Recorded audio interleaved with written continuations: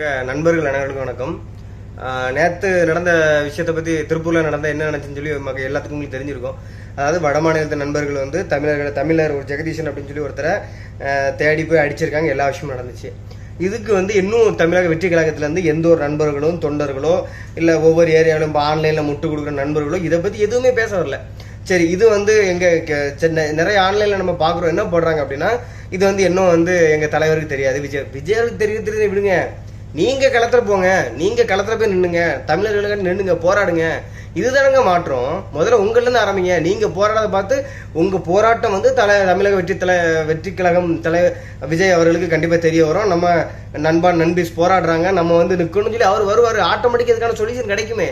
நீங்க போராட மாட்டீங்க. அவர் தப்பு பண்ணாலும் முட்டு கொடுக்குறீங்க, நல்லது பண்ணாலும் முட்டு கொடுக்குறீங்க. ஆனா சில நண்பர்கள் நம்ம பாராட்டி ஆகணும். என்னன்னா, அவர் தப்பு பண்ணானா, அனோ இது தப்புனா இப்படி பண்ணாதா அப்படின்னு சொல்லியாச்சும் ஆன்லைன்ல ஒரு கமெண்ட் ஆச்சு போடுறாங்க. சில பேர் கொடுக்குற முட்டு இருக்கே, இது இது இத்தனை வருஷம் எப்படி இருந்துச்சு, இதுக்கு முன்னாடி எப்படி இருந்துச்சு.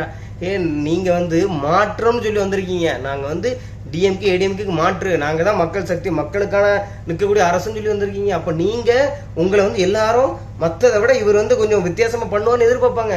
நீங்க அதை தானே பண்ணணும். அதை விட்டுட்டு இந்த மாதிரி பண்ண என்ன அர்த்தம் சொல்லுங்க பார்ப்போம். இந்த மாதிரி இடத்துக்கு தான் நீங்க தமிழர்களுக்கு முக்கியத்துவம் கொடுக்கணும். மீனவர்களை பிடிச்சிட்டு போயிருக்காங்க, அதுக்கு நீங்க வந்து கடிதம் எழுதிட்டு உட்காந்துட்டு இருக்கீங்க. இதே ஆளு முன்னாடி வந்து ஸ்டாலின் முதலமைச்சராக இருக்கும்போது கடிதம் மட்டும் தான் எழுதுறாரு, மானத்தேனே பொன்மானே எழுதுறாரு. நீங்க சொன்னாலும் தானே கடிதத்தை எழுதின, அதுக்கு அடுத்து மேல வாங்க. நீங்க என்ன வித்தியாசமா பண்ண போறீங்க? அதுதானே நாங்க எதிர்பார்த்துட்டு உட்காந்துருக்கோம். நீங்க தான் பண்ணணும் மக்களுக்காண்டி. நீங்க நாங்க நல்ல ஓட்டு போட்டவங்களுக்கு நீங்க தான் முதலமைச்சர், ஓட்டு வேற கட்சிக்கு போட்டவங்களுக்கு நீங்க தான் முதலமைச்சர். நல்லதோ கிட்டதோ உங்கள்கிட்ட தான் எப்போ நீங்க தான் பண்ணணும். நாம் இந்த தமிழக வெற்றி கழகத்தில் உள்ள நண்பர்கள் அதுக்காக போராடுங்க, களத்துக்கு போங்க. நாம் தமிழர் கட்சி மாதிரி போராடுங்க. அவ்வளவு பேரும் போங்க. எல்லா மாவட்டத்துல இருந்து ஆளை கூப்பிடுங்க. ஒரு 10,000 20,000 பேர் கூப்பிடுங்க. கூப்பிட்டு தமிழர்களுக்காக நில்லுங்க. வட மாநிலத்திற்கு எதிர்த்து போராடுங்க.